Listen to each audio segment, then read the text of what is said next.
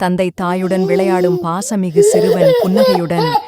மார்க்கண்டேயன் என்ற சிறுவன் 16 வயதில் இறக்க வேண்டும் என விதி இருந்தது. ஆனால் அவன் மனம் பக்தியால் நிரம்பியிருந்தது. சிறுவன் சிவலிங்கத்தின் முன் அமர்ந்து கண்ணீருடன் ஓம் நமசிவாய ஜபம் செய்வது.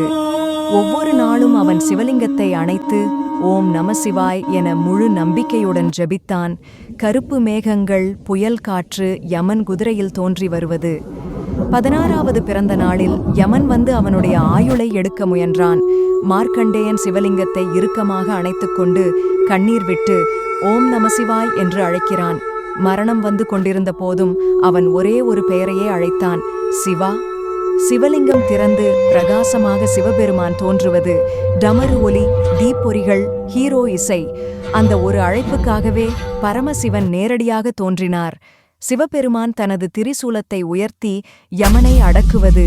யமனை அடக்கி என் பக்தனின் ஆயுளை எடுக்க உனக்கு உரிமையில்லை என்று அறிவித்தார்.